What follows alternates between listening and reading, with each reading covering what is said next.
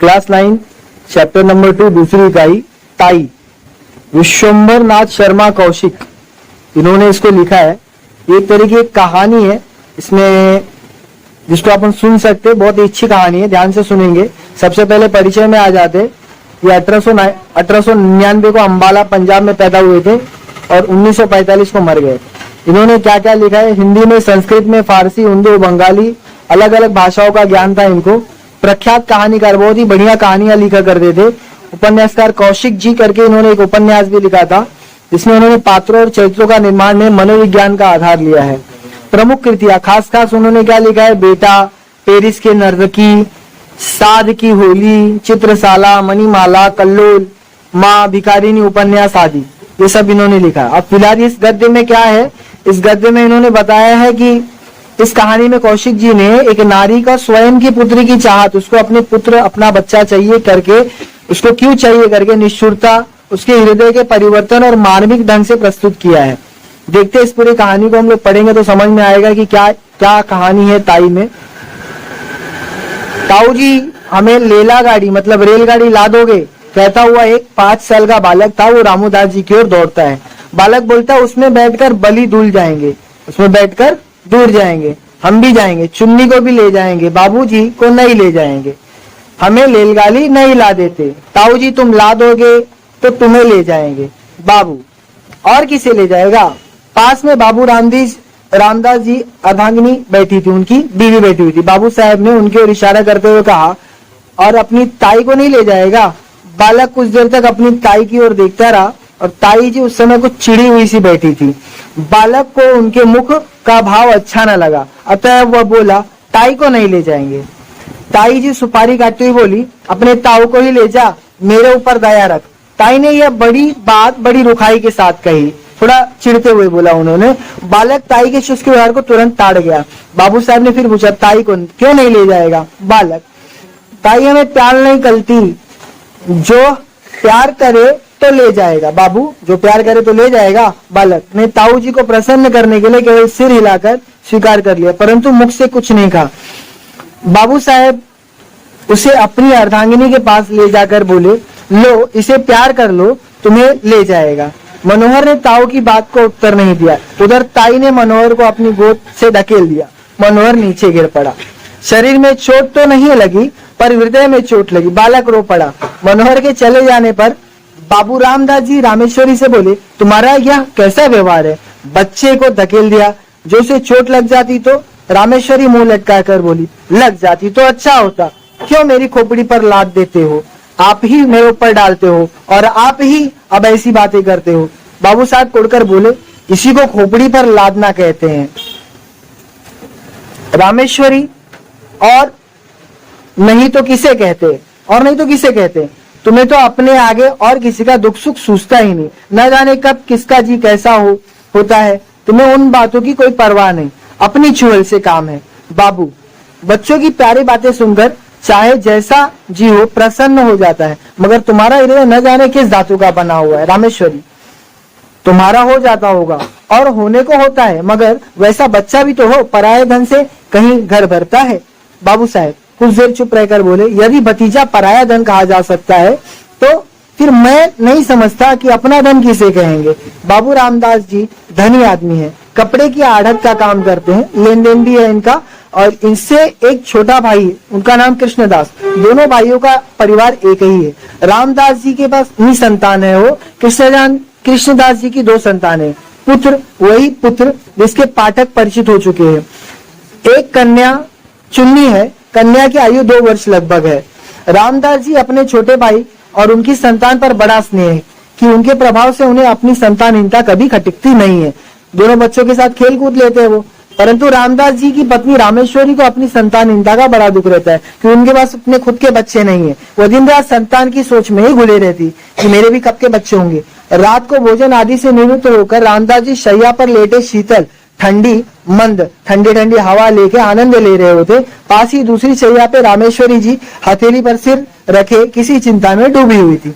बाबू साहब ने अपनी स्त्री की ओर करवट लेकर कहा, आज तुमने मनोहर को बुरी तरह ढकेला था कि मुझे अब तक उसका दुख है। रामेश्वरी बोली, तुम्ही ने मुझे ऐसा बना रखा है, उस दिन उस पंडित ने कहा कि हम दोनों की जन्मपत्री में संतान योग है और उपाय करने से संतान हो सकती है। उसने उपाय भी बताए थे, पर तुमने उसमें से एक भी उपाय करके न देखा। बाबू साहब हंसकर बोले, तुम्हारी जैसी सीधी स्त्री भी क्या कहूँ, तुम बात तो समझती नहीं, अपनी ही ओटे जाती हो। रामेश्वरी, अच्छा एक बात पूछती हूँ, भला तुम्हारे जी में संतान का मुख देखने की इच्छा क्या कभी नहीं होती? इस बात रामेश्वरी ने बाबू साहेब के हृदय का कोमल स्थान पकड़ा।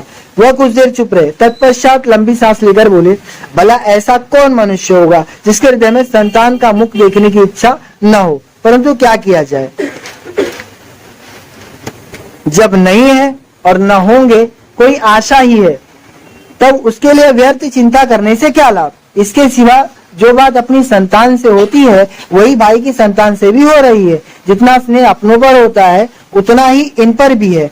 आनंद उसकी बाल क्रीड़ा से आता है, उनकी क्रीड़ा से भी रहा, फिर समस्या की चिंता क्यों की जाए। मतलब उन बच्चों को खेलता कूदता देखकर ये रामदास जी भी खुश हो जाते, लेकिन रामेश्वरी बोलती, कुड़ कर बोलती है, चिढ़ कर बोलती है, तुम्हारी समझ को मैं क्या कहूँ, इसी से तो रात दिन जला करती हूँ। भला यह तो बताओ तुम्हारे पीछे क्या इन्हीं से तुम्हारा नाम चलेगा? बाबू साहब हंसकर बोले, अरे तुम भी कहाँ शुद्र बातें, छोटी छोटी बातों में आगे। नाम संतान से नहीं चलता, नाम अपनी सुकृति से चलता है। तुलसीदास को देश का बच्चा बच्चा जानता है, सूरदास को मरे कितने दिन हो चुके। इस प्रकार जितने महात्मा हुए गए उन सबका नाम क्या उनकी संतानों के बदौलत चल रहा है? सच पूछो, जो संतान से जितनी नाम चलने की आशा रहती है उतनी ही नाम डूब जाने की भी संभावना रहती। परंतु सुकृति एक ऐसी वस्तु है जिससे नाम बढ़ने के सिवा घटने की आशंका रहती ही नहीं है। हमारे शहर में राय गिरधारी लाल कितने नामी थे, उनके संतान कहाँ है, पर उनकी धर्मशाला अनाथालय उनके नाम से अब तक चल रहा है, अभी न जाने कितने दिनों तक चला जाएगा। ममत्व से प्रेम उत्पन्न होता है, प्रेम से ममत्व, ममत्व का मतलब ममता हो गया। इन दोनों का साथ चोली दामन का है, कभी पृथक नहीं किए जा सकते, दोनों को कभी अलग नहीं कर सकते। शाम का समय था, रामेश्वरी खुली छत पर बैठी हवा खा रही थी, पास उनकी देवरानी भी बैठी थी। दोनों बच्चे छत पर दौड़ दौड़ कर खेल रहे थे, रामेश्वरी उनके खेल को देख रही थी। इस समय रामेश्वरी को उन बच्चों का खेलना कूदना बड़ा भला मालूम हो रहा था। हवा में उड़ते उनके बाल कमल की तरह खिले, उनके नन्हे नन्हे मुख, उनकी प्यारी प्यारी तोतली बातें, उनका चिल्लाना, भागना, लौट जाना इत्यादि क्रीड़ाएं उनके हृदय को शीतल कर रही थी। सहसा मनोहर अपनी बहन को मारने दौड़ा आया, वह भी उन्हीं की गोद में जा गिरा। रामेश्वरी उस समय सारा देश भूल गई। उन्होंने दोनों बच्चों को उसी प्रकार हृदय से लगा लिया जिस प्रकार वह मनुष्य लगाता है जो कि बच्चों के लिए तरस रहा हो। उन्होंने बड़ी सतृष्णता से दोनों को प्यार किया, बहुत ही प्यार से उनको सलाहती है। उस समय यदि कोई अपरिचित मनुष्य उन्हें देखता तो उसे यह विश्वास हो जाता कि रामेश्वरी ही उन बच्चों की माता है। दोनों बच्चे बड़ी देर तक उनकी गोद में खेलते रहे।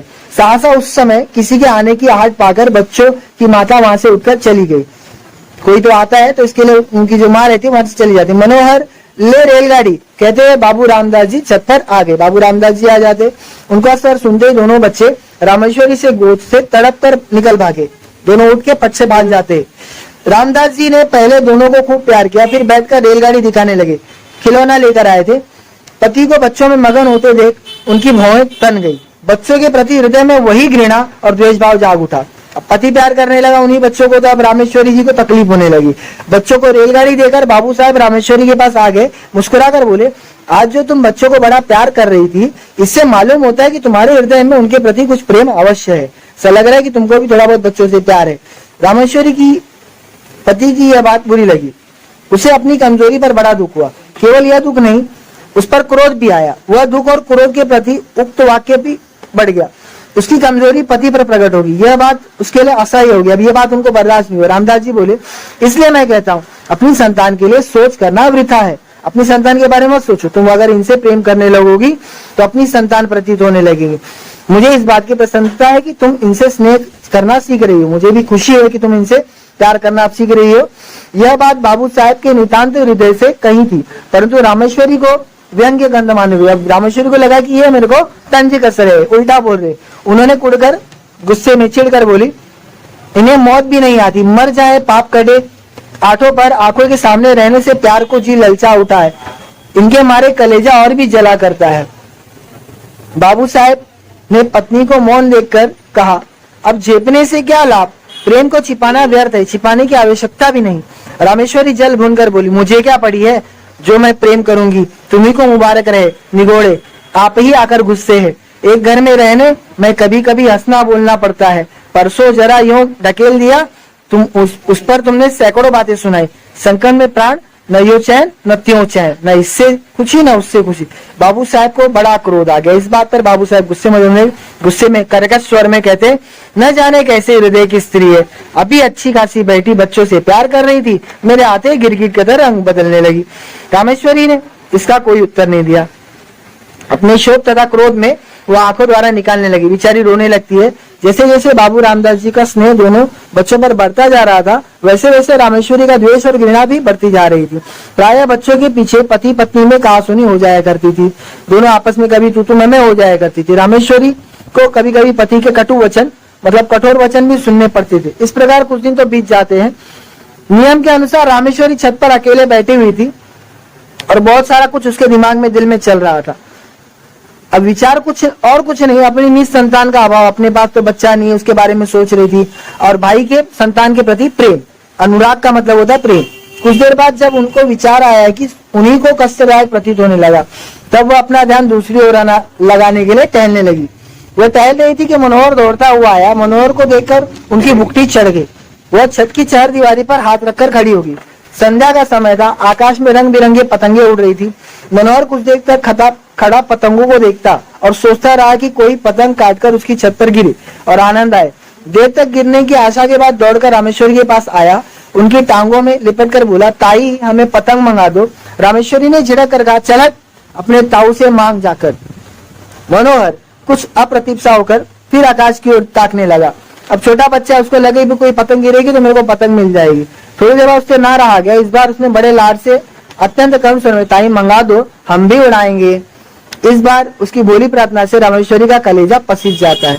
कुछ देर तक उसकी ओर देखती है, फिर उन्होंने एक लंबी सांस लेकर मन ही मन कहा, ये मेरा पुत्र होता, आज मुझसे बढ़कर भाग्यवान स्त्री संसार में दूसरी न होती। निगोड़ा मरा कितना सुंदर है, मतलब काफी सुंदर है मनोहर, और कैसी प्यारी बातें करता है, जी चाहता है कि उठाकर छाती से लगा ले। यह सोचकर वह सिर पर हाथ फेरने लगी। इतने में उन्हें मौन देखकर बोला, तुम हमें पतंग नहीं मंगवा दोगी तो ताऊ जी से कह देंगे। यद्यपि बच्चे की इस बोली बात में मधुरता थी। तुम नहीं लाओगी तो मैं ताऊ से बोलूंगा। रामेश्वरी के मुंह क्रोध के मारे लाल हो गया। उसे झिड़क कर बोली, जा कह दे अपने ताऊ से, मेरा क्या कर लेंगे। मनोहर भयभीत होकर डर गया और उसके पास से हटकर सतृष्ण नेत्रों से उड़ती हुई पतंगे देखने लगा। इधर रामेश्वरी ने सोचा कि सब ताऊ जी का दुलार का फल है। बलिष्ठ भर का लड़का मुझे धमकाता है, छोटा सा लड़का है मुझे धमका देता है। ईश्वर करे इस दुलार पर बिजली टूटे। इस समय आकाश से एक पतंग कटकर उसी के छत पर आ गिरी। रामेश्वरी के ऊपर होती तो छज्जे की ओर गिर गई। छज्जे मतलब छत पर। छत के चारों ओर शहर दीवारी थी जहां रामेश्वरी खड़ी हुई थी। केवल वहां पर एक द्वार था जिससे छज्जे पर आ जा सकते थे। एक ही रास्ता था जिससे छत पर आ जा सकते थे। रामेश्वरी उस द्वार से सटी हुई खड़ी थी। मनोहर ने पतंग को छज्जे पर जाते देखा। पतंग पकड़ने के लिए वह दौड़कर छज्जे पर चला जाता है। रामेश्वरी खड़ी देखते रहती है। मनोहर उसके पास से होकर छज्जे पर चला जाता है, छत पर चला जाता है, पतरे पर चला जाता है और उससे 2 फीट की दूरी पर खड़ा होकर पतंग को देखने लगा। पतंग छज्जे पर से होते हुए नीचे आंगन में जा गिरी और एक पैर छज्जे की मुंडेर पर रखकर मनोहर ने नीचे आंगन में झांका। पतंग को आंगन में गिरते देखो प्रसन्नता के मारे फूला नहीं समाया, बहुत खुश हो गया। बोले भाई चलो अब तो आंगन में गिरी। वह नीचे जाने के लिए शीघ्रता से घुमा, परंतु घूमते समय मुंडेर पर उसका पैर फिसल जाता और वो नीचे की ओर चला। नीचे जाते जाते उसके दोनों हाथ मुंडेर आ गई, उसे वह पकड़कर लटक गया। रामेश्वरी की ओर देखकर चिल्लाया, ताई। रामेश्वरी ने धड़कते हुए हृदय से इस घटना को देखा। वो देख रही थी सब कुछ। उसके मन में आया कि अच्छा है मरने दो, सदा का पाप कट जाएगा। यही सोचकर वह एक क्षण रुकी। इधर मनोहर हाथ मुंडेर से फिसलने लगे। वह अत्यंत भय तथा करुण नेत्रों से रामेश्वरी की ओर देखकर चिल्लाया, अरे ताई। रामेश्वरी की आंखें मनोहर आंखों से जा मिली। मनोहर की वह करुण दृष्टि, वो दया वाला भाव देखकर रामेश्वरी का कलेजा मुंह में आ गया। बेचारी बहुत इमोशनल होगी, बोली कि भाई बचा लेती हूँ। व्याकुल होकर मनोहर को पकड़ने के लिए अपना हाथ बढ़ाया और हाथ मनोहर की हाथ तक पहुंचा कि मनोहर का हाथ से मुंडेर छूट गई और वह नीचे आ गिरा। रामेश्वरी चीख के मारे छज्जे पर गिर पड़ी छत पर, वो बेचारी वो भी चिल्ला के गिर पड़ी। रामेश्वरी 1 सप्ताह तक बुखार में बेहोश पड़ी रही, कभी कभी जोर से चिल्ला उठती और कहती देखो देखो वो गिरा जा रहा है, उसे बचाओ, दौड़ो, मेरे मनोहर को बचा लो। तभी वो कहती बेटा मनोहर मैंने तुझे बचाया, हाँ हाँ मैं चाहती हूँ बचा सकती थी, देर कर दी। इस प्रकार वो प्रलाप किया करती थी, नींद नहीं चिल्लाया करती थी। मनोहर की टांगे उखड़ गई थी, टांग बिठा दी गई, क्रमशः फिर अपनी असली हालत पर आने लगा, मतलब ठीक हो गया मनोहर, ज्यादा लगा नहीं था उसको। 1 हफ्ते के बाद जब रामेश्वरी का बुखार कम होता है और होश में आने लगती है तो उसने पूछा मनोहर कैसा है। रामदास जी ने उत्तर दिया अच्छा है, रामेश्वरी उसे पास लाओ। मनोहर रामेश्वरी के पास लाया गया। रामेश्वरी ने बड़े प्यार से हृदय में लगा लिया, आंखों से आंसू झड़ने लगी, हिचकियों से गला रूंध गया। रामेश्वरी कुछ दिनों बाद ठीक हो जाती, पूर्ण तरीके से स्वस्थ हो जाती है। अब वह मनोहर और उसकी बहन चुन्नी का कोई द्वेष नहीं करती। मनोहर तब उसका प्राणाधार हो गया, मतलब उससे और प्यार करने लगी, उसे एक क्षण भी अकेले नहीं जाने देती। इस तरीके से चैप्टर खत्म हो गया। Thank you so much.